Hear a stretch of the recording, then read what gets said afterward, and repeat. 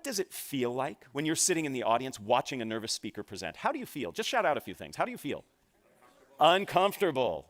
I heard many of you going, yes, uncomfortable. It feels very awkward, doesn't it? So what do we do? Now, a couple of you probably like watching somebody suffer, okay? But most of us don't. So what do? We sit there and we nod and we smile, or we disengage. And to the nervous speaker looking out at his or her audience, seeing a bunch of people nodding or disengaged, that does not help, okay? So we need to learn to manage our anxiety, because fundamentally, your job as a communicator, regardless of if it's planned or spontaneous, is to make your audience comfortable. Because if they're comfortable, they can receive your message. And when I say comfortable, I am not referring to the fact that your message has to be sugar-coated and nice for them to hear. It can be a harsh message, but they have to be in a place where they can receive it. So it's incumbent on you as a communicator to help your audience feel comfortable. And we do that by managing our anxiety. So let me introduce you to a few techniques that I think you can use right away to help you feel more comfortable. The first has to do with when you begin to feel those anxiety symptoms. For most people, this happens in the initial minutes prior to speaking. In this situation, what happens is many of us begin to feel whatever it is that happens to you. Maybe your stomach gets a little gurgly, maybe your legs begin to shake, maybe you begin to perspire. And then we start to say to ourselves, oh my goodness, I'm nervous. Uh-oh, they're gonna tell I'm nervous. This is not gonna go well. And we start spiraling out of control. So research on mindful attention tells us that when we begin to feel those anxiety symptoms, we simply greet our anxiety and say, hey, this is me feeling nervous. I'm about to do something of consequence. And simply by greeting your anxiety and acknowledging it, that it's normal and natural. Heck, 85% of people tell us they have it.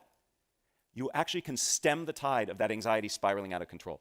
It's not necessarily going to reduce the anxiety, but it will stop it from spinning up.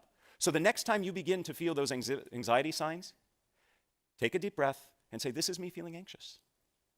I notice a few of you taking some notes. There's a handout that will come at the end that has everything that I'm supposed to say, okay? Can't guarantee I'm gonna say it, but you'll have it there. In addition to this approach, a technique that works very well, and this is a technique that I helped do some research on way back when I was in graduate school, has to do with reframing how you see the speaking situation. Most of us, when we are up presenting, planned or spontaneous, we feel that we have to do it right, and we feel like we are performing.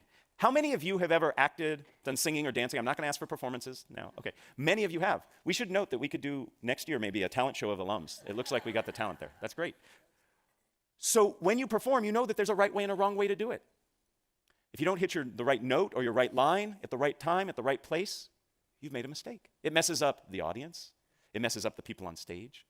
But when you present, there is no right way. There's certainly better and worse ways, but there is no one right way. So we need to look at presenting as something other than performance.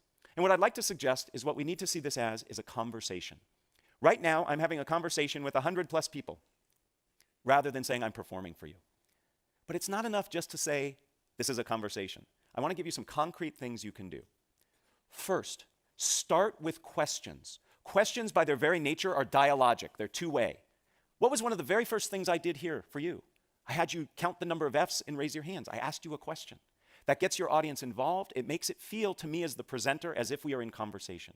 So use questions. They can be rhetorical, they can be polling. Perhaps I actually want to hear information from you. In fact, I use questions when I create an outline for my presentations. Rather than writing bullet points, I list questions that I'm going to answer, and that puts me in that conversational mode.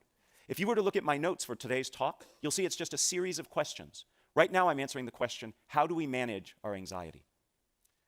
Beyond questions, another very useful technique for making us conversational is to use conversational language.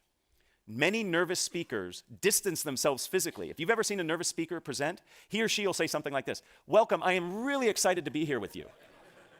They pull as far away from you as possible because you threaten us, speakers. You make us nervous, so we want to get away from you. We do the same thing linguistically.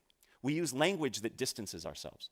It's not unusual to hear a nervous speaker say something like, one must consider the ramifications, or today we're going to cover step 1, step 2, step 3. That's very distancing language.